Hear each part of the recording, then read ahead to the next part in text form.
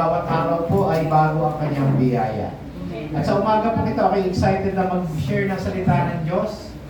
Dahil bukod po sa binigay sa aking mensahe ng Panginoon, naroon din po akong patotoo, mamaya po kwento ko sa inyo. Ito. At ang una ko pong tanong sa inyo ay ganito. Yan. Una ko pong tanong ay, meron po ba kayong Bible? Taas nga po may kamay na may Bible. Taas nga po inyong Bible. Yan. Ano pong salin ng inyong Bible? Tagalog o English?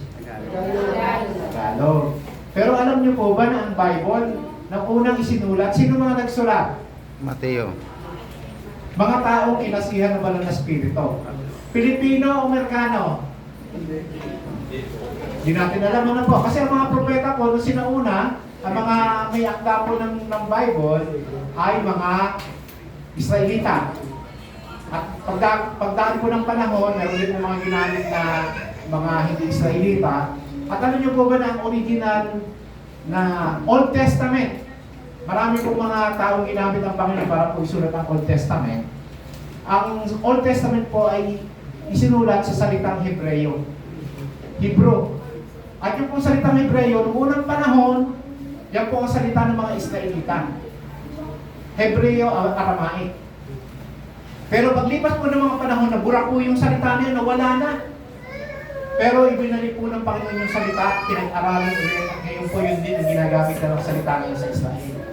Sa bansang Israel. Imagine niyo po yung salitang namatay na nawala, ibinalik. Yung pong mga salitang Latin at Griego, nawala na po yun. Pero yung salitang Hebreo, bagamat nawala, ibinalik ng Panginoon. Yun po ang gamit na salita ng mga Israelita ngayon.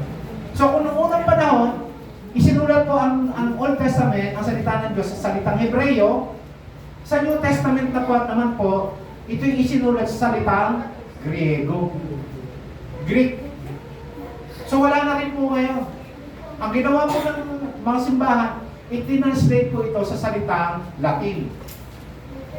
Alam niyo po yung Latin. Wala na rin po yata ang Latin ngayon. Paano natin naunawaan na magkaroon? Paano po natin naunawaan ang salita ng Diyos? So may ginamit po ang Diyos na isang tao. At ito po, ikwento ko lang po ito para po backgrounder lang po. Yan po, si William Tyndale. Ngayon niyo lang po ba nadinig ang pangalan William Tyndale? Si William Tyndale po ay binitay, sinakal at sinunog dahil sa pagsasalin sa Biblia ng Ingles. So yung po original na Hebrew at original na Griego, ang ginawa po ni William Tyndale, isinali sa wikang Ingles para maunawaan po ng mga tao. Ay itinuring po isang krimen ng maling pananampalataya ng simbahang Romano-Katoliko at mga otoridad ang Ingles ng panahon ngayon. So pinagbawal po ang pagta-translate kasi gusto po nila basahin lamang sa Latin yung salita ng Diyos at gusto nila nagbabasa lang pare. Kaya po pag nagmimisa noon, nakatalimod yung pare. Hindi naman naiintindihan ng mga tao na sinasabi. Kaya ginawa po ni William Tyndale, isinalin po sa wikang Ingles. Itinuring po palang krimen yung pagsasali ng Biblia. At ang pagsasali po ni William Tyndale ay battle sa original na Hebreo at Griego, hindi sa Latin, na siya pong ginagamit ng simbahang Romano-Katoliko. Ano pong ginawa ni William Tyndale? Binigti at sinunog. Ang tindi naman nun. Nag-translate ng Bible, binigti, sinunog. Ang kanya pong salin ay kaiba sa interpretasyon ng simbahang Katoliko. At higit pong naaayon sa tunay na katuruan. Kawawa naman si William Tyndale. At kaya po tayo may Bible ngayon na English dahil po sa translation na ginawa ni William Tyndale. At kaya naman po tayo nagkaroon ng Tagalog, merong ang salita ng Diyos, ang mabuting balita Bible, merong ang Biblia, marami na pong sali sa Tagalog dahil po doon sa English version na ginawa ni William Tyndale. Mabuting tao po ba o masama? Mabuti. Mabuting tao. Ginamit ng Panginoon, pero bakit po nangyari ang gano'n? Bakit pinatay? Bakit sinunog at binigti? Ngayon ang tanong ko po, sasahay po natin, bakit nangyayari ang masasamang bagay sa mabubuting tao? Kaya po, tatanungin ko kayo. Sasabihin niyo, Lord, maglilingkod naman ako sa iyo, hindi naman ako nagre-rape, hindi naman ako pumapatay, hindi naman ako nagnanakaw. Bakit may mga nangyayari hindi maganda sa aking buhay? Minsan nga po kung sino po yung mga pastor, kung sino po yung mga lingkod ng Diyos, siya mga may pinagdadaanan ng hindi maganda sa buhay. Kayo po may pinagdaanan ng hindi mabuti sa buhay. Taas ang kamay, sinong wala pa, pwede nang umuwi kay Lord. Lahat po tayo ay may pinagdadaanan masama minsan sa buhay natin. Hindi natin inaasahan, di po ba? Minsan po, paano ang mahal sa buhay, minsan magkakasakit, minsan walang pambayad, marami po mga pagsubok. Tatanungin ko po ulit, bakit nangyayari ang masasamang bagay sa mabubuting tao? Ang tanong ko po ba, meron po ba mabuti? Meron. Kayo po ba'y mabuti? Kasi sa totoo lang po, sabi po sa Bible, sapagkat lahat ay nagkasala at wala nakaabot sa pamantayan ng Diyos, sa kaluwalhatian ng Diyos. So wala pong mabuting tao. Kaya hindi po natin pwedeng sabihin, Lord, mabait naman ako, bakit nangyayari sa akin ito? Pero kung may mabuting nangyayari po sa buhay natin, biyaya ng Diyos siya. Bisa nga po kung sino yung mga masasama, siya pang yumayaman. Nakakapagtaka, bakit yung mga traveler hindi po mamatay agad? Bakit yung mga corrupt, bakit hindi po mawala? Pero parang sila pa yung pinagpapano.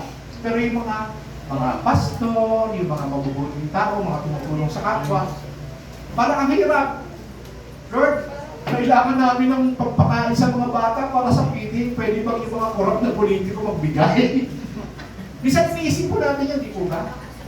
Lord, para naman ito sa mabuti. Bakit parang ganun? Parang hindi fair.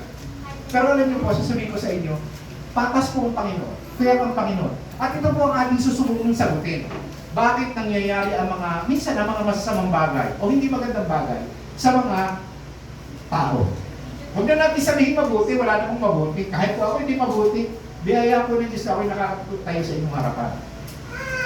At tayo dito ngayon, bilang paggalang po, pagbibigay gala sa pagbasa ng salita ng Diyos. At itong basahin nyo, nasa gitna na lang. Kasi tatlong salin po yan isang English, isang Tagalog sa mabuting balita Biblia, at saka po isang salin sa salita ng Diyos. Basahin po yun natin yung nasa gitna. Sabay-sabay na pagbasa. 1, 2, 3. Alam natin sa lahat ng bagay ay gumagawa ang Diyos para sa mabuti kasama ang mga sa Kanya. Silang mga tinawag ayon sa Kanyang layunin. Tutuloy ko po pagbasa sa English in New International Version.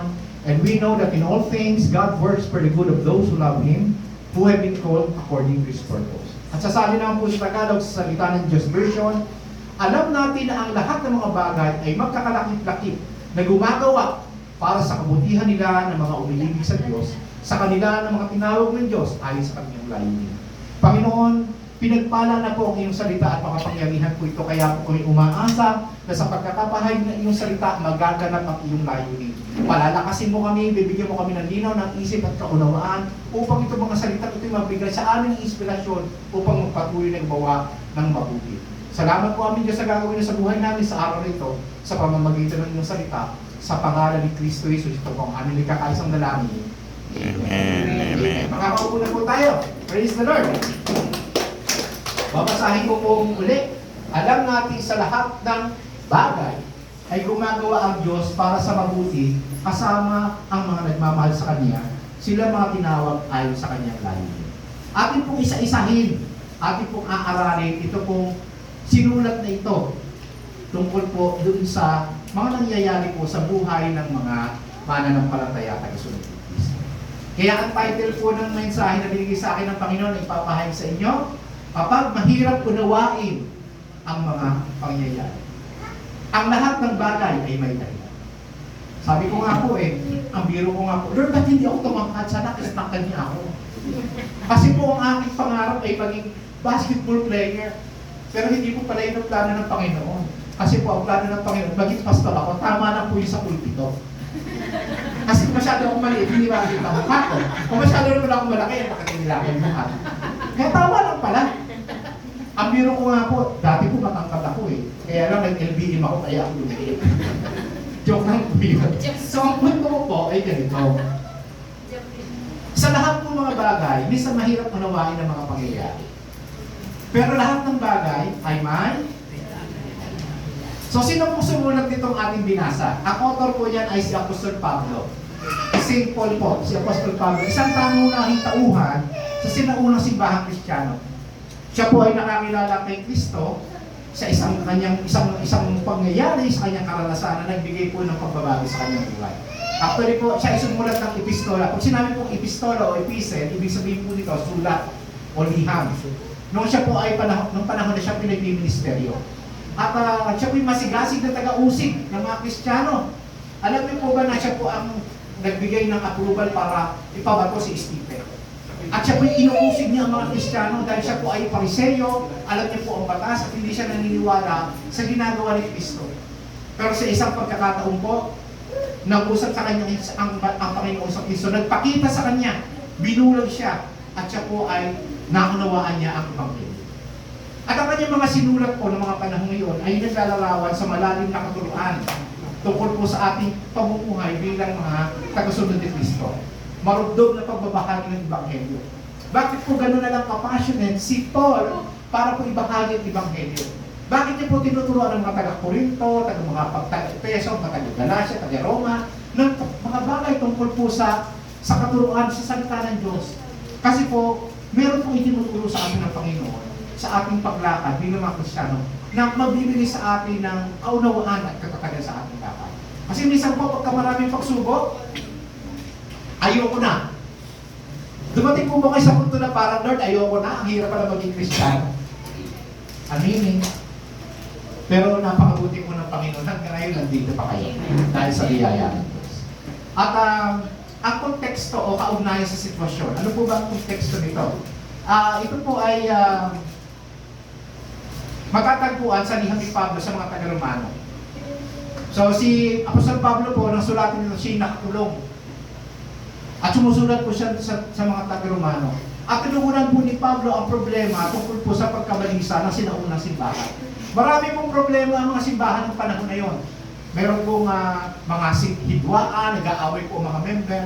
Dito po ba may nag-aaway ng member? Wala naman po yung Panginoon. Marami pong pagsubok, marami pong mga pinagdadaanan.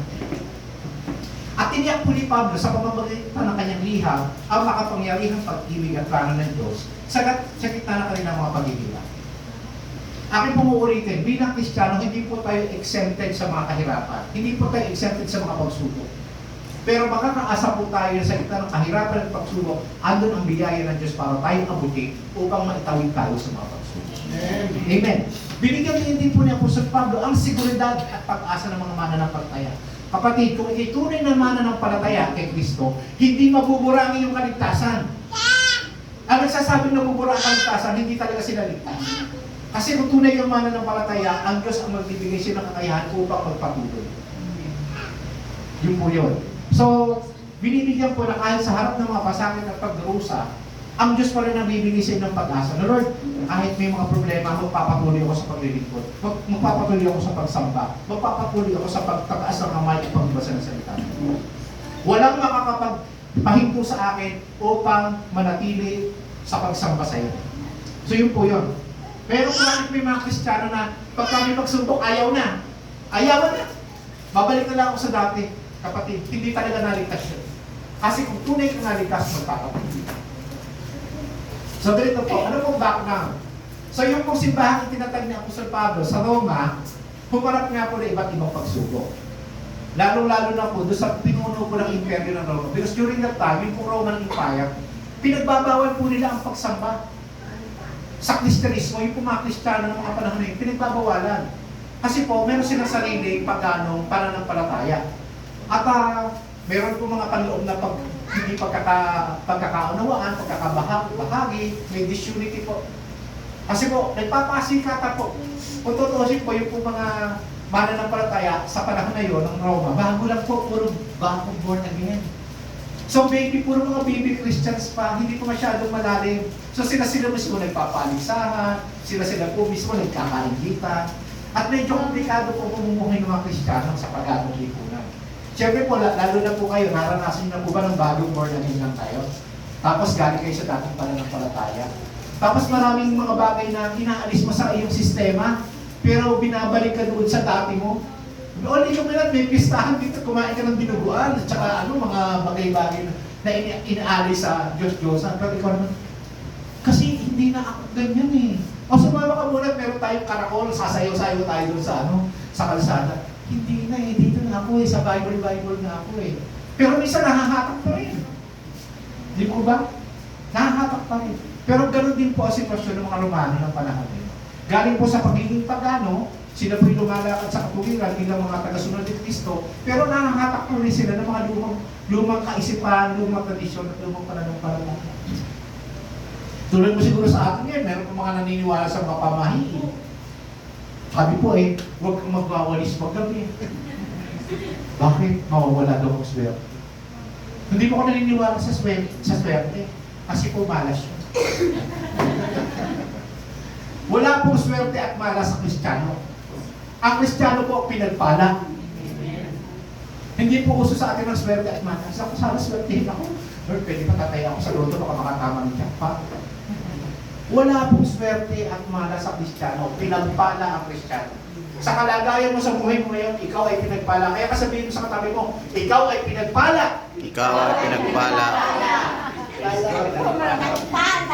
So yung pong liham ni Apostol Pablo, nagbibigay ng patnubay, aliw, malalim na pagtuturo upang matugunan ang mga isyong yun. So simula pa lang po yung intro pa lang po yan. Okay? So, babasahin ko muli yung binasa nating talata.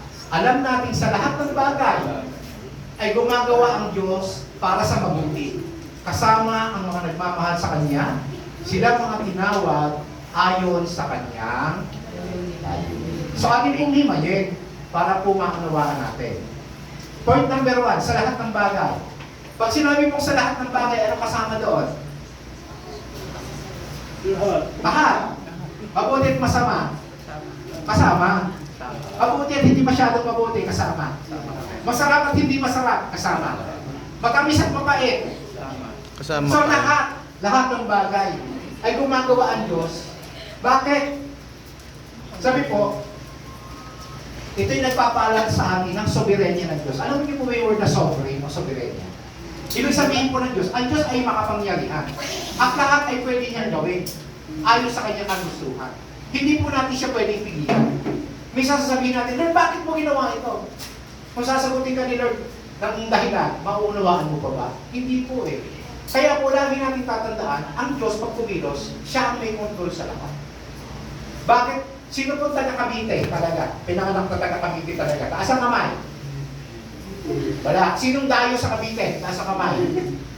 Bakit kayo nandito kayo? Sino nagdala sa inyo dito?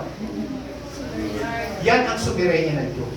Ako, taga Hindi Molino. natin alam kung bakit tayo dinala dito sa sa Golden Horizon, dito sa Hugo Perez, dito sa Crown of Glory. Galing ako sa Bisaya, galing ako sa Ilocos, galing ako sa Mindanao. Pero bakit ako nandito? May plano ang Diyos. Yan ang tinatawag na soberenya ng Diyos. Ibig sabihin, lahat na nangyayari sa buhay natin lahat ng aspeto ng buhay natin ay gawa ng Diyos. Mabuti, ang masama, at ang pangit.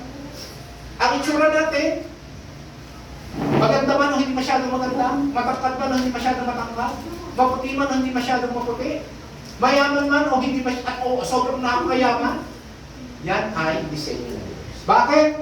Hindi po natin alam. Pero may dahil ng Diyos. Kahit na tila mga negatibong pangyayari sa ating buhay, ay nasa ilalim ng kanyang kontrol. At maaaring makatulong sa kanyang mga layunin. Sino pong mayroong hindi magandang karanasan na nakalipas? Ako lang ba? Lahat po tayo meron. Lahat po tayo may pinagdaanan. Walang exempted. Pero kung tutuusin po, yan po mga hindi magandang karanasan na yan, ay kabahagi ng plano ng Diyos upang tayo'y mahihanda sa kapuspusan ng panawagan niya sa atin. Tumatag. Nakatikim na po ba kayo ng cake? Masarap ba ang cake? Huwag na yung mga may diabetes. Halo-halo, masarap ang halo-halo. Pero kung kakainin nyo ng isa-isa ang mga ingredients ng cake, na hindi sama-sama at hindi niluto, kakain ba kayo ng harina lang? Kakain ba kayo ng itlog na mahilaw? Kakain ba kayo ng baking powder lamang? Pero yung pong mga bagay na yon ay pinagsama-sama at pinadaan sa horno upang maging cake na masarap. Ganon din po sa buhay natin. Ang buhay po natin, hindi lahat masarap ang pinagdadaanan, pero maraming mga bagay na nangyayari sa buhay natin na pagka pinagsama-sama, maunawaan mo, napakagaling talaga ni Lord. Napakabuti talaga ni Lord. Kaya Kaya pala, ito pala ang plano sa akin ng Diyos. Yan po yun. Kaya kung sabi, lahat ng mga bagay, lahat ng mga bagay. At sabi nga po ng Panginoon, ako ang lumikha ng dilim at liwanag. Ako ang nagpapahintulot ng kaginhawaan at kapahamakan. Ganun pa na yun. Ibig sabihin, Lord, pati yung mga bagyo, mga lindol, mga gera, ikaw ang may akda. Sabi po doon, nagpapahintulot. Pagtatan, kung ninyo po mababasa, si Job po, sinubok ng Diyos. Pero hindi siya gumawa. Pero pinahintulutan niya ang kaaway sa Satanas na subukin si Job. Pero sabi ng Diyos, huwag mong papakayin. Ganon din po sa atin. Minsan po, inaalam ng Diyos na makapagsubok upang tayo po'y patibayin. Sabi nga po ng Panginoon, akong si Yahweh ang nagpapasya ng lahat. Kaya kapatid, kung bakit ka nandito kayo sa Golden Horizon, sa Umpalas, disenyo ng Diyos siya. Kung bakit nasa sa Throne of Glory ka, disenyo ng Diyos siya. Kung bakit ikaw ay lalaki o babae, disenyo yun ng Diyos, kaya huwag mong babaguhin. Sabi na ikaw, ako yung isang lalaki na ipinanak sa katawan ng babae, kalokohan yun. Kung lalaki ka, kung babae ka. Ilan bang kinuha ng Diyos na kasamihan noong unang panahon? Nung lalaki niyang langit at lupa? Lalaki, babae lang. Si Adam, si Eve, meron ko pang Steve. Wala. Adam and Eve lang, di ba? Wala namang iba. Pero ang punto po doon, ang Diyos, hindi natin pwedeng questionin. Sabi nga po din sa Kawikaan, ang isang tao ay maraming iniisip, maraming binabala, ngunit ang kalooban din ni Yahweh ang siyang mananalig. Ano bang mga plano sa buhay mo? Lord, ang ganda ng plano na, sana Lord, ibigay mo na sa amin ang kabilang mo. Unit para lumaki. Masarap ang plano, masarap mangarap, pero ang mangyayari at magaganap, ang palooban. Sinasabi ng mga talatang ito na habang ang tao ay gumagawa ng mga plano, ang Diyos pa rin ang may pinakamataas na kontrol sa lahat ng resulta. Sinasabi nito ang tema ng Biblia tungkol sa soberano otoridad ng Diyos sa tao at nasunod na pangyayari. Diyos ang may kontrol. Naalala ko po yung nangyari doon sa, nabasa niyo po yung bumagsak na aeroplano sa India. Ang daming namatay. Pero po nung isang pasahero daw, na dapat kasama siya doon sa, sa flight na yun. Galit na galit siya, kasi po, na-late siya, na-traffic, at ang daming aberya nangyari sa kanya, hindi siya nakasakay doon sa aeroplano. Galit na galit po siya. Sabi niya, ididimanda pa niya ang airlines dahil sa mga aberya yun, hindi siya nakasakay. Pero pagkatapos na nangyari yung pagbagsak ng aeroplano, sabi niya, Lord, kaya pala hindi mo ko pinayaang makarating. Ililigtas mo ako para hindi ako makasama sa mga nakahanga. Minsan ganun pa rin nangyari sa akin. Minsan ikaw ay gigil na, Lord, malilate na ako, anong oras na ba? Malilate na ako. Yun pala may plano ng Panginoon. Katulad po rin nangyari sa akin. Siguro po para sa kaalaman ng lahat. Noong May 10, ako pinang-hospital dahil po yung aking akto pumatok. 10 malalaking bago po ang tinanggal sa akin. Nung una po, sinilip lang, sana po, tawag po ng laparoscopy, parang laser surgery na. Pero nung makita po nila, pagpagpagay yung aking akto. At pumatok na, biniyak na po ako. 15 centimeters po yung biyak. Nung po mga panahon na ako po ay nakahiga, ang sakit talaga, at suki po ako ng sumasakit. Pagalingin mo ako ngayon na. Lord, pastor naman ako, magsisip ako sa iyo. Pagalingin mo na ako. Now na, Lord. Now na. Pero hindi. Hindi mo ako pinagaling. Tapos na-hospital pa ako, hirap ako, daming ulong pusok sa akin. Ang daming test. Maghapon ako doon sa emergency room. Pumasok po kami ng alas 6 ng umaga, nakapasok po na nasa emergency room po ako maghapon. Ang daming mga sumusundot-sundot sa anong masakit? Sir, masakit ba ito? Maya, pero mga estudyante ko na masabi, pwede bang i-record ko na lang yung mga tanong para pag kami yung tanong, i-play ko na lang. Kasi paulit-ulit mga estudyante, pati doktor, wala bang katapusan yung tanong niyo. Alin ang masakit? May pinipindot. Ang sakit. Wala ba naman ito, Lord? Tapos, sabi sa akin, kailangan mo operahan. Kasi namamagana ang ultrasound ko ako. Nakita po nila namamagana po ng aking doktor. 7 centimeters na po ang normal, 11 centimeters na po sa haba. At lumapad na po, dumikit na po sa atay. Ang sabi, kailangan akong biyakin. Titinan muna, pero kailangan biyakin kasi pag daw po hindi ako biniyak, baka mabutas yung atay ko pagka sinubong nilang laser. So madaling salita po, alas 8 ng gabi, ay nakapasok po ako sa room, sabi ko salamat sa Diyos na kahigaya ng namayos na Diyos. At alas 7 po ng umaga kinabukasan, ako po itinatirahan, pinasok sa operating room. 9 na oras po ako sa operating room. Nakalabas po ako ng operating room, kasama po yung recovery time ay mga 12 hours po ako sa operating room. At pagdating ko po syempre, groovy. Ay kung ano nangyari sa akin, ito, itinatirahan ka. Pinapirma pa ng waiter yung asawa ko dahil sabi, delikado, nabili ko po ang buhay mo lang talaga. At habang ako po ay walang malay, pero parang sabi ko gano'n pala pag namatay, parang ka lang lumuluta, ang liwanag ng paligid. Wala po akong malay. At kung ako po'y magkaroon na ng wisyon, salamat Panginoon, kaya pala hinayaan mo akong dumaan dito para magkaroon ako ng katotoo kung gano'n kakabuti sa buhay. At habang ako po'y nakahiga, at dami pong binibigay sa akin ng Lord ng mga katuluan kaisipan na hindi ko na po maalala ngayon, pero habang ako pinagsusulat, unti-unting nililibig ulit sa akin ng Panginoon. Pero sabi ng Panginoon, may gagawin ako sa'yo. Tinanggalan kita ng 10 bato, pero papalitan kayo ng 10 diamante. Purihin ang Panginoon. Pero sa Lord, kasaan yung diamante? Wala. Barataan. Sino po? Sinasabi ng Diyos ng mga talatang ito upang ipag-unawa sa atin na kahit anong nangyayari sa buhay mo kapatid. May dahilan niya. May gagawin ng Panginoon sa iyo. Sabi nga po gumagawa ang Diyos. Ano ibig sabihin po noon? Sinasabi dito na ang aktibong pakikilahok ng Diyos sa ating buhay. Hindi po passive observer ang Diyos na parang pinapanood ko lang kung ano nangyayari sa iyo. Lahat na nangyayari sa iyo kapatid. Hindi ka naman puppet. Pero binigyan ka ng Diyos ng free will para mag-decide sa sarili mo. Pero kapag ka nakikita ng Diyos na parang, wala sa plano itong ginagawa ng anak ko, medyo tatapik ng iba. Pansinin niyo po mga Israelita. Saan po ba ang plano ng Diyos dalhin ng mga Israelita? Saan po? Sa Promised Land. Kung tutuusin daw po, kung ita-travel daw po ng diretso yung Promised Land, 11 days lang. Kung ikaw hindi nakasakay may sasakyan, 2 days lang.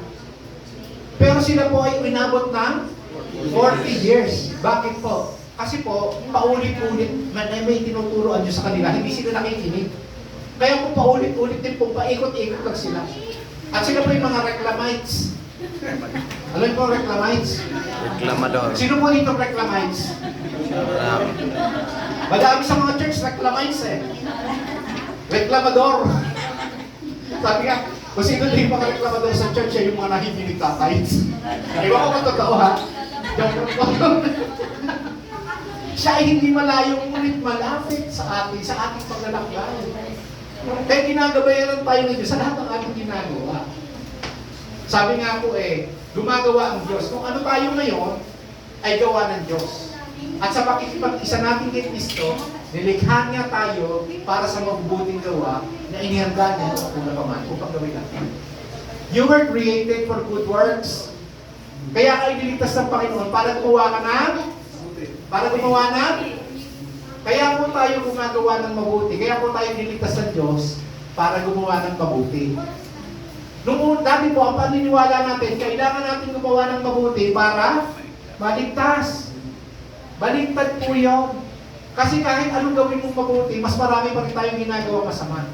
Pero nung tayo po'y maligtas at paunawaan natin ang Ebanghelyo at tinanggap natin si Kristo tayo sa ating mga kasalanan, naging natural na sa atin ang desire na gumawa ng mabuti. Dati po, hindi naman tayo mabait Sabi na, ba't ako magpapakain sa mga hindi ko naman niya kaano-ano? Yung mga batang madudusin, ba't ka pakakainin yung mga yan? Sa amin nga, kulang pa yung sa bahay, ba't papakain ko sa kanila? Pero dahil po sa inilagay ng Panginoon na pag-ibig sa puso natin sumubang. Gusto natin gumawa ng mabuti. Kaya po natutuwa ako kasi doon po sa amin sa Naig, sa aming office sa Naig, may pong sandaan. Pag po kami pumupunta doon, akala ko niyayakap kami ng mga bata. Tonto ako, yung mga bata malalambing, pagtingin ko po, pumusi po yung ko yung pala namumula sa sipo sa akin, yakap-yakap. Itong mga batang to, babaho lang sa akin. Pero sa biyaya ng Diyos, hindi nilagay po ng Diyos yung pag-ibig sa puso. Ngayon, kahit anong amoy nila, kahit ano nila talaga, Lord, Napakabuti mo, binigyan mo kami ng privilege ng kabuti ng mga bata. Napakainin ng mga bata nito. Alam niyo po, sa biyaya na Diyos, every week po, halos, ito po modesty aside, kulang-kulang na 4,000 po na nag-exercise. Pero saan ang gagaling? Maliit na church po kami, maliit. Halos kasi magkasidami lang po tayo. Pero sa biyaya po ng Diyos, gumagamit siya ng mga tao para po makakita. Makakali po. At sa biyaya po ng Diyos, nakapagpatayo na po kami ng maliit na kapilya doon. Lahat po ng ginastos, bigay ng mga tao na karamihan hindi naman namin piyento. Kaya nakaka-amaze po ang Panginoon eh. Kaya nga po, uulitin ko, kung ano man ang ginawa mong mabuti, yan ay tinakdanan ng Diyos. Hindi yan dahil sa bait mo o galing mo o sino. Sinadya tayong likhain ng Diyos at hindi tayo nagkakaundan. Sabihin mo sa katabi mo, hindi ka aksidente. Sinadya kang gawin ng Panginoon. At bawat isa po sa atin ay may natatanging regalo. At yung pong regalo na yon ay idinisenyo ng Panginoon upang nakapagbigay po tayo ng positibong kontribusyon sa mundo sa paligid. Si brother po, binigyan siya ng kakayahan bilang isang kontraktor. Si brother Lloyd, si Pastor Lloyd, Sister Arlene. Lahat po kayo, meron po kayong natatanging kaloob. May kakayahan kayo. Sino mahusay magluto dito? Ayan, Sister. Sino po rito ang dating marites? Huwag na magtaas ng pangit. Binigyan ka ng kakayahan para magbahagi ng salita ng Diyos. Yan po yung natatanging katanging. Di po ba? Kahit yung mga bata, maliit pa yung nakikita mo na.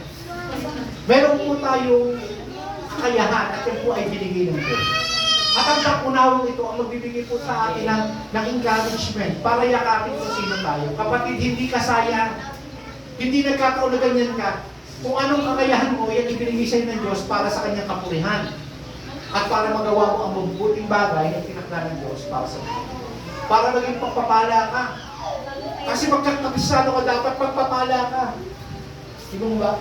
Ang Diyos ay may control sa lahat ng bagay. Sa malinaw po yan. Ang Diyos ay may control sa lahat ng ating bagay. Bilang niya po lahat ng ating ngipin, lahat ng ating buhok, kahit tatatlo na lang, yung ating taas, yung ating taba, yung ating bigat, lahat po sa ating bagay ay kung Diyos ang may control. Kaya nga po sabi, alam natin sa lahat ng bagay ay gumagawa ang Diyos. Para saan at para kanino? Bakit ginagawa ng Diyos yan? Para sa mabuti o para sa kabutihan. Para sa kabutihan nino natin ang mga umiibig sa Diyos. So binibigyan po nito ang kondisyon na nakatangi ng pangako ng Diyos. Para makasigurado ka na lahat ay nagaganap, lahat ng magaganap sa iyo ay para sa kabutihan ng Diyos at para sa kabutihan niya, may kondisyon. Ano kondisyon? Dapat umiibig ka sa Diyos. Di ba? Ang mabuti na kanyang hatid ay hindi lamang material na pagpapala, kundi isang buo o holistic na kabutihan na naaayon sa kanyang layunin para sa atin. Hindi lahat tayo ay tinawag para maging mayaman. Pero lahat tayo ay tinawag ng Diyos upang magkaroon ng kakayahan para gumawa ng mabuti. Marami ka paraanan para gumawa ng mabuti, hindi na sa pagbibigay. Maaaring ikaw ay may kakayahan para maghilot ng libre. Gagamitin mo yun. Maaaring ikaw may kakayahan upang magsalita. Gagamitin ka ng Panginoon. Yan ay para sa kabutihan ng mga umiibig sa Diyos. Nangangailangan ito ng mapagmahal at masunurin ka ang nais. Kaya dapat, ano mo na, Lord, kaya ito ginagawa kasi mahal kita. Ang hirap sabihin na mahal kita, Lord. Lalo na pag kami mga pinagdadaanan ng pagsuko. Lord, so lang, ginakwento ni Sister NJ. Well, Lord, malapit ang installment, wala pa akong Panginoon. Pero may ginawa ang Panginoon. Kaya po sabi ko nga sa asawa ko, Ama, tayo sa pinis na bago, mahal pa pangalan niya. God, malaki babayaran natin sa katapusan. Ano bang araw ngayon? 15. O, ikatapusan pa yun eh. Bakit iniisip mo na? May magagawa ko pa mula kayo ng 15 katapusan. Isipin mo, pagdating ng katapusan, may gagawin ng Panginoon. Lagi ko sinasabi. Huwag kang isip ng isip. Di ba, 15 araw pa, last 2 minutes na nananalogin eh. Iyan pa, hindi ba hindi kaya gawin ng Panginoon? Isa pong pastor ng Panginoon, darating ang pagkapala sa'yo. Huwag mo kalala, sabi ko, huwag mo kalala. O sige, huwag mo kalala. Tapos, malapit na kung God. Laki ng ating Diyos sa kuryente. Huwag kang mag-alala, si Lord ang bahala dyan. Bakit? Pag pumunta ka sa Meralco, puputulan ka, sabi mo, programin ako, puputulan. Hindi, kaya nga ang punto ko, panalangin ka at gagawa ang Diyos ng paraan. Kailan ba tayo naputulan ng kuryente? Wala pa naman. O, kita mo. Kailan ba tayo pinikulang ng Diyos? Wala pa naman. O, kita mo. Huwag kang mag-alala. Dahil ang Diyos ay kumikilos para sa kabutihan nila na lahat ang umikilos. Ang kailangan mo lang gawin, manampalataya at mahalin ng Diyos. Paano mo papakita mahal mo ang Diyos? Sabi, sumunod ka sa Kanya. Sabi nga po paano po ba binibigyan kahulugan ng Biblia sa salitang mabuti? Sa Old Testament po, ang salitang Hebreo po for good is tov. Sabi niyo, tov. Tov. Ibig sabihin ay mabuti, kaya-aya, mahusay, kapaki-pakinabang, nasa moral na kalagayan, maganda. Katulad po lang sa Genesis, lahat ng ginawa niya ay mabuti. At 500 beses po sinabi sa Old Testament, ang Diyos ay mabuti. Sa New Testament naman po, ang Greek word for good, agathos. Ganon din po ibig sabihin, mabuti sa kalikasan, matuwid sa moral, kapaki-pakinabang, maganda, marangal, magaling, ang maganda ang ano. So ibig sabihin po nito, hindi pangit, hindi negatibo. Ang ginagawa ng Diyos para sa atin ay mabuti. Minsan nakala natin, wala, bakit naman ito nangyari sa akin? Ang palpak naman ito, hindi palpak yan. Lagi mo lang ipagpasalamat, Panginoon, dahil alam ko sa sitwasyon ito, may gagawin niya. May sakit ka, salamat, Panginoon, naniniwala ako, pagagalingin mo. Meron kang utang, salamat, Panginoon, dahil naniniwala ako, gagawa ka ng paraan para mabayaran ko. Di ba? Anong problema hindi kaya tutasin ng Diyos kung siya ang lumutol sa lahat? Di ba? Kaya lang kung minsan, ang problema sa atin, masyado tayo nag-aalala. Masyado natin pinapahirapan ng ating mga sarili. Lord, paano yun? Baka umulan. Umulan na ba? Hindi pa naman. Lord, yung sinampay ko. Nasa church. Ako, umuulan. Yung sinampay ko. Isipin mo na lang, nasa church ka, nagpupuri ka sa Panginoon. Si Lord bahala din sa damit. Kahit mabasayan, kinabukasan sa iyo lang yan. Minsan po, pinapalangin natin ng mga simpleng bagay. Kaya po ang tao, nagkakaroon ng problema, nagiging miserable ang buhay. Yung mga simpleng bagay, kinukumplika. Sa halip na magtiwala sa Panginoon, magpasalamat, salamat Panginoon, may gagawin ka. Paano binibigyan kahulugan ng Biblia sa salitang mabuti? Sa banal na kasulatan po, ang Diyos mismo ang pinakamataas na pamantayan po. Kung ang Diyos ang pamantayan, walang mabuti sa atin. Walang makakabot sa kabutihan ng Diyos eh. Pero sa kanyang biyaya, binigyan niya tayo ng kalayaan at kapangyarihan para maging mabuti sa pamamagitan ng Kristo.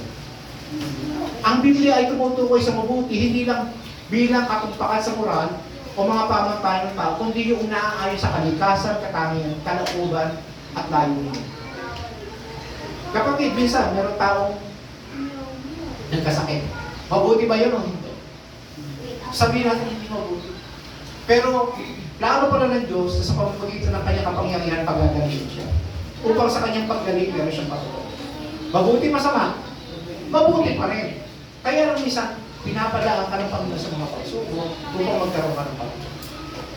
Bakit po ba tayo nagpapasalamat? Lord, salamat Panginoon dahil kahit ganito ang sitwasyon, nakaraos kami ng ganito, nakaraos kami ng ganito. Salamat Panginoon dahil kahit may mga problema sa buhay, binigyan pa rin ako ng gana. Kaya masabi po ng mga iba, yung mga gano'n na yan, may sila siguro. Mayang-mayang, iiyak, mayang-mayang. Hindi, kaya kang umiiyak, namamangha ka sa ginagawa ng Diyos. Kaya kang tumatawa, nagagala ka sa kabutihan. Di po ba? So, binibigyan kahulugan ng Biblia, ang salitang mabuti, yung pinakamataas na pamantayan, Diyos ang pinakamataas na pamantayan. Nakita ng Diyos ang lahat ng kanyang nalikha, at ito ay napakabuti. Tinan mo yung katabi mo, napakabuti. Sabihin mo nga, napakabuti. Napakabuti mo. Napakabuti. Sabi niya po, ang lahat ng nilikha ng Diyos ay mabuti at walang dapat ipalagay na masama. Sa halip ay dapat tanggapin ay kasasama. Kaya kung ano itsura man natin, kapatid, mabuti yan, mabuti. Mabuti. Sinasabi ng mga talatang ito, ang kabutihan nilikha ng Diyos sa Old at New Testament ay nagpapatunay sa kanyang original na disenyo para sa atin. Perfecto. We were created in the image and likeness of God. Perfect. Kaya lang po nangyari, pumasok ang kasalanan. Pero gumawa pa rin ang Panginoon ng paraan para po tayo maibalik sa ating perfect condition sa pamamagitan ni Kristo. At sa ating pong pagsisisi, at sa ating pong pagtanggap ni Kristo bilang Panginoon tagapagligtas, binigyan po tayo ng karapatan ng matawag na kanyang anak. At kung tayo anak ni Kristo, sino ang tatay mo? Sino ang tatay mo? Ba't hindi kayo makasagot? Sino ang tatay nyo? Si Lord. Ikaw anak ka ng Diyos, ano ka? Anak ng Diyos. Diba? Alam ka namang anak ng Diablo. Di anak ka ng Diyos. Anak tayo ng Diyos. At kung anak ng Diyos, ano ang layunin mo sa buhay? Gumawa na mabuti. Maglingkod na mabuti. Mga talata na nagpapaliwanag ko ng tunay na mabuti. Una po, ang Diyos ang pamuntay ng kabutihan. Walang mabuti, Diyos lamang. At ang mabuti ay naaayon sa kalooban at utos ng Diyos. So para hindi matawag ng mabuti, kailangan sumunod ka sa Diyos. Kasi kung hindi sumusunod sa Diyos, paano ka tatawagin mabuti? Ang kabutihan ay mula sa Diyos at ito ay bunga ng Espiritu. Kasi nung tayo may makakilala kay Lord, kinasihan tayo ng banal na Espiritu. At ang bunga ng Espiritu ay pag-ibig, kagalakan, kapayapaan, pagtitiyaga, kabaitan, kabutihan, katapatan, kahinahunan, at pagtitiyaga. Meron na po ba kayo lahat na? Siguro hindi pa lahat. Konti-konti, pero padami ng padami. Konti lang, pero padami ng padami. Kayo po ba'y may kagalakan? Meron. Amen. May kapayapaan po ba kayo sa puso? Meron. Amen. Matyagaan na po ba kayo? Medyo. Mabait na po ba kayo? Medyo. Pagtulong. Medyo. Mabuti na po ba kayo? Mabuti. Matiisin. Tapat po ba kayo? Amen. Makinahon na po ba kayo? Amen. Matiisin. Nakakapagpigil na po ba kayo sa sarili? Medyo. At least, hindi. Pero, kumbaga po, sa bawat araw na lumilipas, inaayos tayo ng Panginoon, binabago tayo ng Panginoon. At yung mga bunga na yan ay magmamanifest sa atin at makikita sa sabi, oh, talaga naman si Sister Jelita, born again naman talaga. Ang bait na niya. Matyaga na siya. Hindi na siya magagalitin. Di ba? Matiisin pa. Sa Princess Gante. Oh. At ang kabutihan ay nakikita sa pamamagitan ng pagmamahal at paglilingkod. Diba ba? Nakakita na po ba kayo ng tao mabuti, hindi naman naglilingkod, hindi nagmamahal? Laro lang ng laro ng computer. Kaya dapat maituturo sa mga bata yun. Kailangan para makita mabuti ang isang bata, sumusunod. Nagmamahal. Naglilingkod. Masarap maglingkod sa Panginoon eh. Nagtataka lang nga lang o bakit karamihan sa mga tao, ang daming gustong gawin sa buhay na wala namang katuturan. Pero yung paglilingkod sa Panginoon, parang wala, kalakuhan niya. Yung mga naglilingkod, mga wala lang magawa yun, maraming problema sa buhay. Ganun po sinasabi ko. Pero ang totoo, sarap maglingkod sa Panginoon. May mapapala ka ba sa paglalaro ng computer? May mapapala ka ba sa pagmamarites? May mapapala ka ba sa kung ano nung ginagawa mo sa buhay mo na pwede pang maging mapakanib sa buhay mo? Yung iba, kung ano nung ginagawa, tumatalo sa mataas sa building, may tali sa paa. Paano ba ito mga ito? Kaya ako sabi, lahat dapat ng ginagawa natin para sa kapulihan ng Diyos. Amen. Kung ang Diyos ay may kontrol sa lahat ng bagay, para saan? Para sa kabutihan. Para kanino? Sa mga anak Para niya. kanino? Yan po ang tanong. Para sa kabutihan ng mga umiibig sa Diyos. Umiibig po ba kayo sa Diyos? Gusto niyo po maging maganda lahat ng takbo sa buhay niyo? Siyempre. Sabi nga po, alam natin na lahat ng mga bagay ay magkakalakip-takip na gumagawa para sa kabutihan nila na mga umiibig sa Diyos. Kaya napakahalaga po namang unawa natin, umiibig ba ako sa Diyos? Talaga. Kaya po ang aking panalangin sa inyong mga Lord, sa araw na ito, hindi ko po alam kung anong pwede kong mangyari. Pero Lord, sana po pagkatapos ng araw na ito, mas higit pa kitang makilala at mas higit pa kitang mahalin kung ano man ang mangyari sa akin. Yun po ang prayer ko yung mahal. At biyaya ng Diyos po, meron akong mga bagong bagay na nag-discover. At hindi ko po masabi, Lord, lumalim na ba ang pagmamahal ko sa iyo? Diyos lang ang makakaalam, hindi naman ako pwede sabihin, mahal ko si Lord!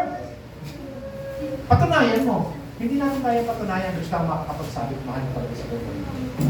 Ang mensahe dito ay kung talagang mahal natin ng Diyos, dapat tayo magtiwala sa Kanya.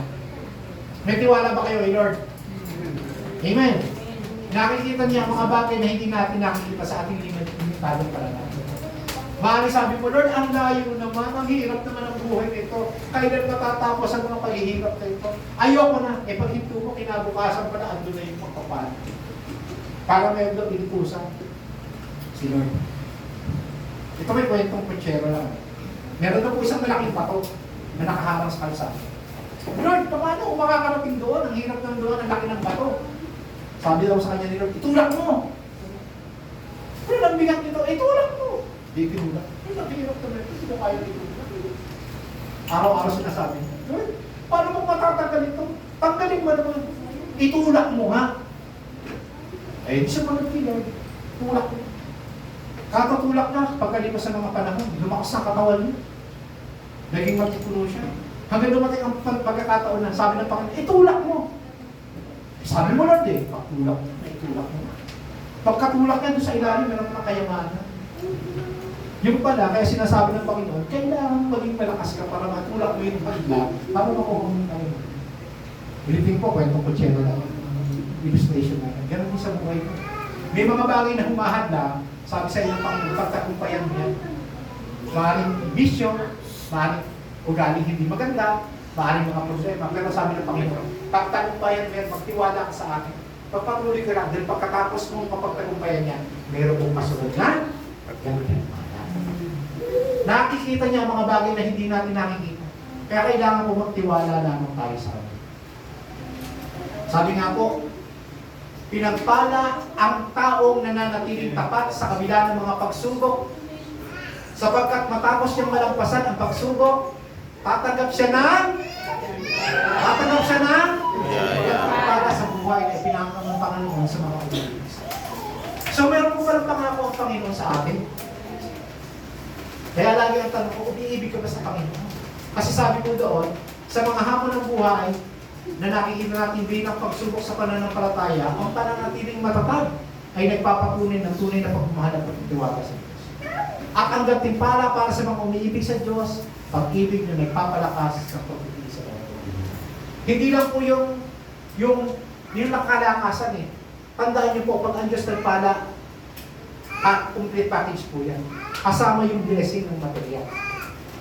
Pero minsan hindi natin natatanggap, pero kasunod na yun. Ang kailangan lang magtiwala tayo sa Diyos. Ngayon, mahal ba ninyo ang Diyos? Ang hirap sa mga Lord, ikaw lang nakakaalam. Gaano karugtog? Gaano kalalim? Gaano kainam? Gaano tayo taga-sunurin? Ang hirap sagutin. Si Lord lang nakakaalam kung gaano kalalim, gaano kainam ang ating pagmamahal sa Panginoon. Pwede sabihin, mahal na mahal ko si Lord. Pero pagka dumating yung pag-uusig, sabi nga po sa mga huling araw, ang mga pag-uusig ay puputulang ka ng ulo para itatwa mo o i-denounce mo ang may pananampalataya. Pero paano nakaano sa yung itak? Ano? Kristiyano ka, hindi. Itatatwa mo si Kristo, hindi. Ano sasagot mo? Kasi kung sila yung hindi, putol ulo. Sana naman wag umabot sa atin. Pero meron pong aabutan ng Lord. At ang sabi po, hindi pong mapuputol ang ulo, hindi matalas. Mapuron, kaya parang bigilig ka pa ng Lord. Di yung ano. Sana ma-rapture na lang ako bago dumating mo pa ng Lord. Kaya po, ang utos po sa atin ng Panginoon, basahin po natin na sabay-sabay. 1, 2, 3. Ibigin mo ang Panginoon Diyos sa buong puso mo, buong kaluluwa mo, buong pag-isip mo, ibigin mo ang kapwa gaya ng pag-ibig mo sa iyong sarili. Wala nang kapag-utos na naiibig ka sa akin. So, ibigin mo ang Panginoon Diyos ng kalahati ng iyong puso, ng kalahati ng iyong kaluluwa, ng kalahati ng iyong pag-iisip, ng kalahati ng iyong lakas. Sabi ko, buo, whole. At sabi ko, ibigin mo ang iyong kapwa. Doon po ba sa kapwa kasama ang kaaway? Ang hirap ano po, lalo na yung marites ng ating bahay. Ang hirap mahalin. Pero alam niyo, nung mahal tayo ng Diyos, kaaway natin ng Diyos eh, makasalanan tayo, pero inibig niya tayo. Kaya ang muna sa atin ng Panginoon, ibigin natin ang kaaway. Ilan po sinasabi dito ibigin mo? Ilan? Ilan? Isa, dalawa, tatlo. Marami. Sabi mo dito, ibigin mo ang Panginoon mong Diyos. Ibigin mo ang iyong kapwa. Gaya ng pag-ibig mo sa iyong Sarili. so, mahalin mo na ng sarili mo.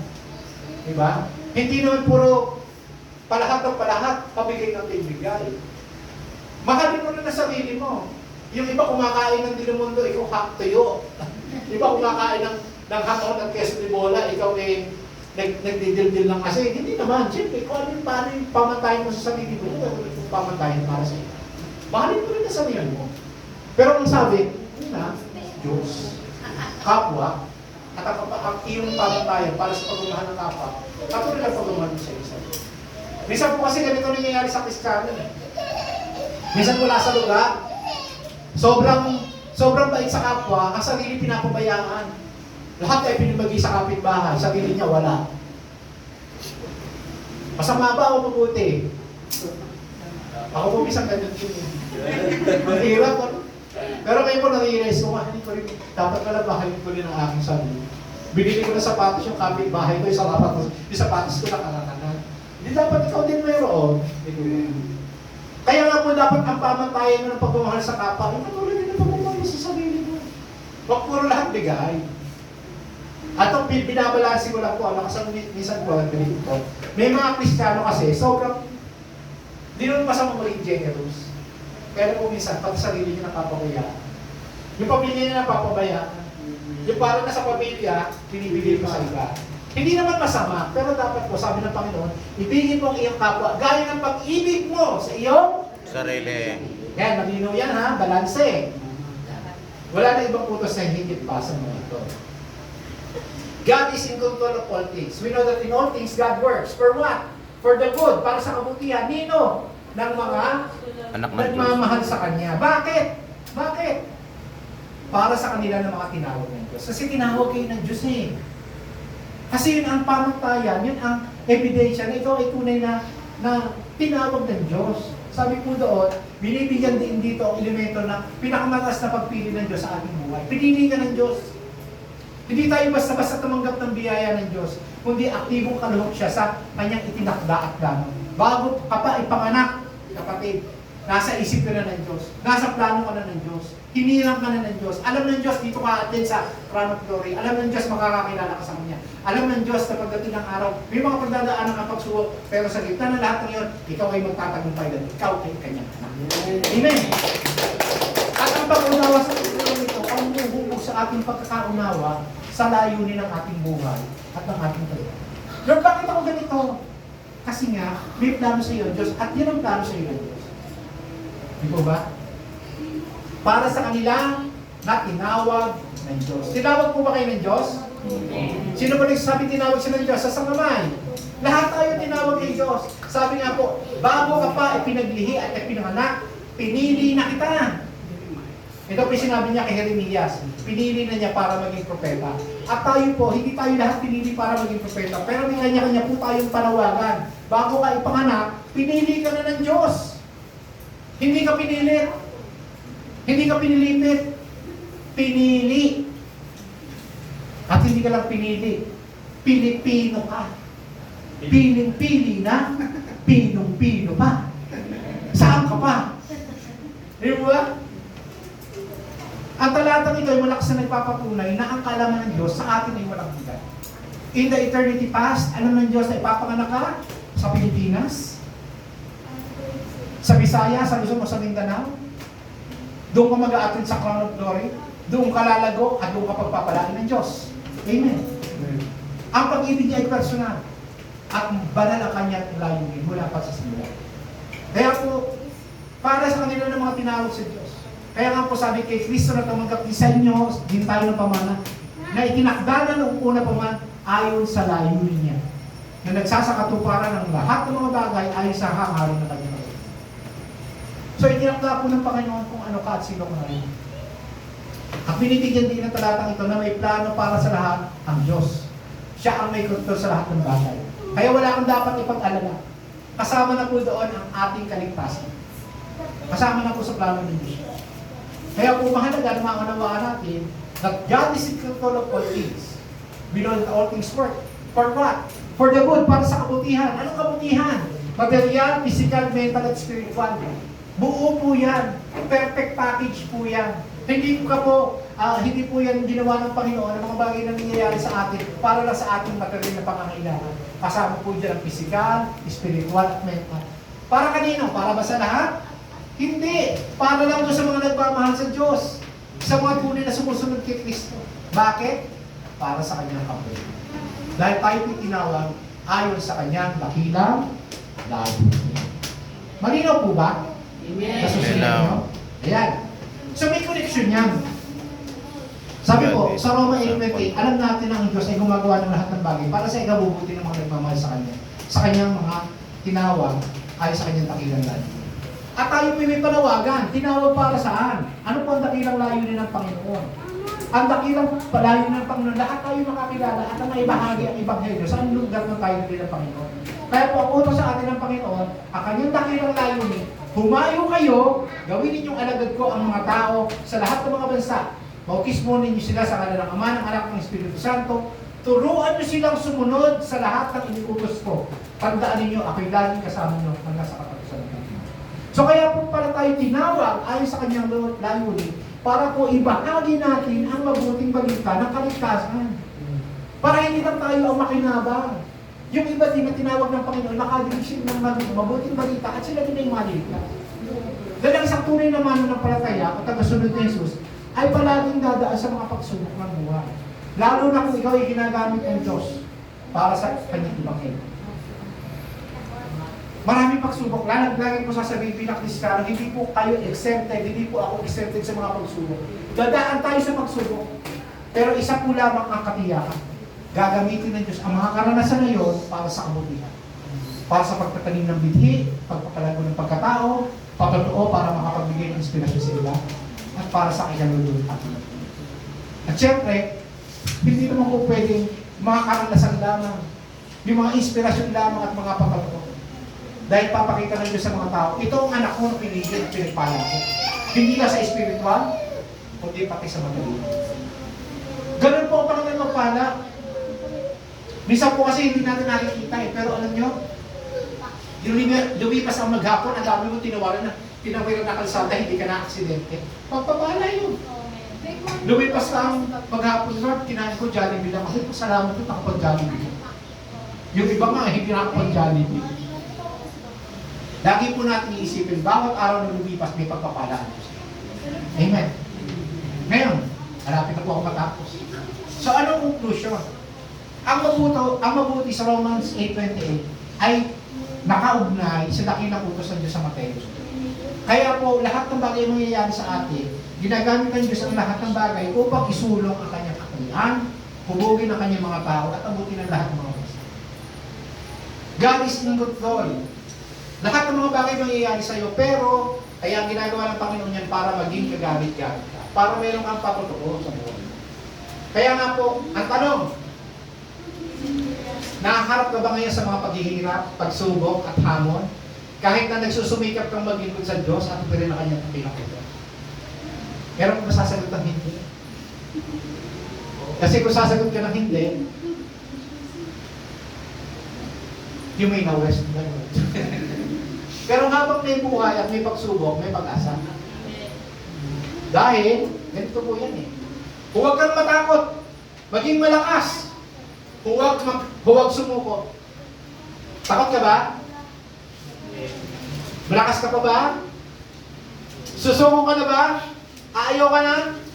Sabi po, ginagawa ng Diyos ang lahat ng bagay sa iyong buhay na magkalakip-lakip para sa iyong kabubuhay. Sabi nga po ng Panginoong sa Kristo, hindi mo na unawaan ngayon ang ginagawa ko. Ngunit mauunawaan mo rin pagkatapos. Sa mga hindi po natin naunawaan, Lord, ba't nangyayari sa buhay ko itong mga bagay nito? Bakit naman sa dami-dami tao sa akin pa nangyari ito? Bakit ako ba? Bakit ganito? Sabi ng Panginoon, hindi mo nauunawaan ngayon ang ginagawa ko. Ngunit mauunawaan mo rin pagkatapos. At pagdating ng araw na yun, sasabihin mo, Ay Lord, praise God, kaya pala. Kaya pala. Hallelujah, ito pala yung plano mo sa akin, hindi ko kagad nakita. Eh, hindi talaga ipapakita sa iyo ng Diyos kagad yan. Kasi pag nakita mo, nasa iyo pala ng palataya. Diba? Sinusubukan pala ng palataya natin. Kaya, bottom line yan, kapag dito ang aking budista, mahal na mahal ka ni Lord. Sabihin mo sa katabi mo, mahal na mahal ka ni Lord. Marami pang gagawin sa Lord sa buhay mo. Purihin ang Panginoon sa pagkakapahal. Tayo po'y manalangin. Ama namin Diyos, salamat po sa mensahe mo sa amin sa araw nito. Talayan ko po, Panginoon, na ito mensahe nito, itubig mo sa aming mga puso at tuloy nga magsilbing inspirasyon upang magpatuloy kami sa pagliligod sa iyo. At tulad nga ng aking nabanggit, Panginoon, dalangin namin, maging ang bawat isa, ang aming maging dalangin sa bawat araw na lilipas, higit ka namin makilala at higit ka namin mahalin. At sumunod kami sa iyo. Pagpalaan niyo po bawat isa nandito ngayon, ang AAG Crown of Glory, si Pastora Jane, si Pastor Lloyd, si Pastor Alim, at lahat ng mga manggagawa at leader ng iglesia nito. Pagpalain mo sila at ihanda mo sila sa kapuspusan ng panawagin mo sa kanila. At lagi nilang alalahanin itong mensahe ito, Lord. Lahat ng mga bagay na nangyayari sa aming mga buhay ay magkakalakit-lakit para sa aming kabutihan pagdating ng Panginoon. Salamat po aming Diyos, sa pangalan ni Jesus ito ang aming dalangin. Amen, amen. Purihin ang Panginoon. At dagako na po tayo sa ating pong banal na hapunan. Hallelujah.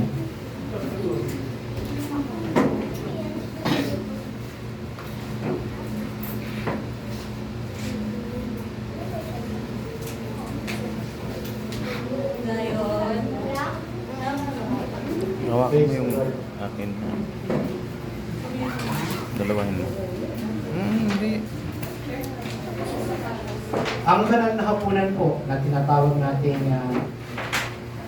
supper, last supper, banal na hapunan yun, pagpipirapiraso ng tinapay, at tinatawag din pong Santa Cena, ay isang makasaysayang pagsunod sa pinag-uutos ng Diyos. At ito po hindi lang isang seremonya. Sinisimbolo po nito ang mapagbigay na pag-ibig ng Diyos at ang sentro po ng gawain na nagpapahayag ng pagmamahal natin sa Diyos at ang makapangyarihang kamatayan ni Kristo at ang kanyang malulahati pagkakalit. Karaniwan po ginagawa po ng banal na hapunan sa mga iglesia tuwing first Sunday of the month. Pero sa ating pong kalagitnaan, ginagawa po natin tuwing linggo. At hindi po katulad sa ibang mga iglesia, sa ating pong pakikisa ay meron po tayong tinapay at meron pong inumin. At dapat pong ihanda natin ang ating mga sarili. Dahil madiin pong pinapaalala ni Apostol Pablo na ang hapag ng Panginoon ay isang banal na gawain na dapat igalang. Ang pakikibahagi po dito ng hindi nararapat ay magbubunga ng hindi maganda. Ano po ba yung hindi nararapat na pagtanggas? Kapatid, kung ikay meron pang isang natatagong kasalanan, o meron ka pang lihim na galit o tabo o kanino man, maaaring ito'y maging handa upang makiisa ka sa banal na hapunan. Kaya po binibigyan ko po ng pagkakataon ng bawat isa sa oras na ito na saglit na manahimik at humingi ng tawad sa kung anumang kasalanan na gawa at magbigay din po ng kapatawaran sa mga taong nakasakit sa atin. Tayo po dumulog sa Diyos at humingi ng paglilinis upang maging karapat-dapat po tayo sa banal na hapunan.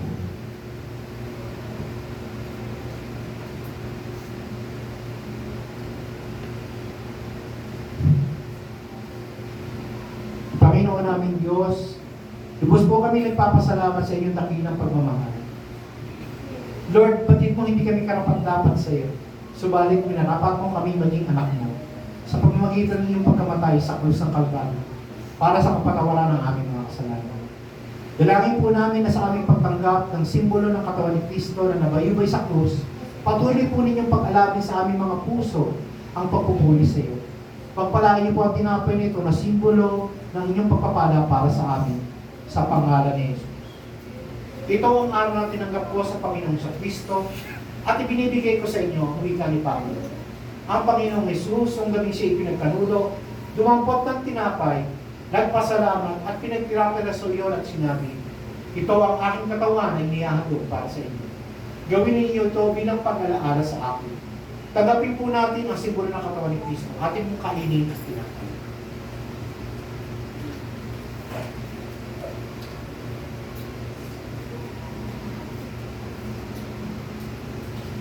Panginoon namin Diyos, salamat din po sa iyong kaloob na buhay, sa dugo ni Kristo Jesus na nabugo sa krus ng Kalbaryo upang siya maghugas sa aming mga kasalanan, upang kami maituring mong mga anak. Inihahandog po namin sa inyong aming mga pagsamba at pasasalamat bilang haing buhay para sa ikaluluwalhati ng iyong pangalan. Habang patuloy po namin pinapahayag ang inyong kaharian at ang inyong muling pagbabalik, ito po ang aming dalangin sa pangalan ni Jesus. Amen. Amen. Gayon din naman matapos maghapunan, hinawakan niya ang saro at sinabi, ang sarong ito ang bagong tipan na pinagtitibay ng aking dugo. Tuwing iinumin ninyo ito, gawin ninyo ito bilang pag-alaala sa akin. Sapagkat tuwing kakain kayo ng tinapay na ito at iinom sa sarong ito, ay pinapahayag ninyo ang kamatayan ng Panginoong Kristo hanggang sa kanyang muling pagbabalik. Ating pong tanggapin at inumin ang simbolo ng dugo ni Kristo.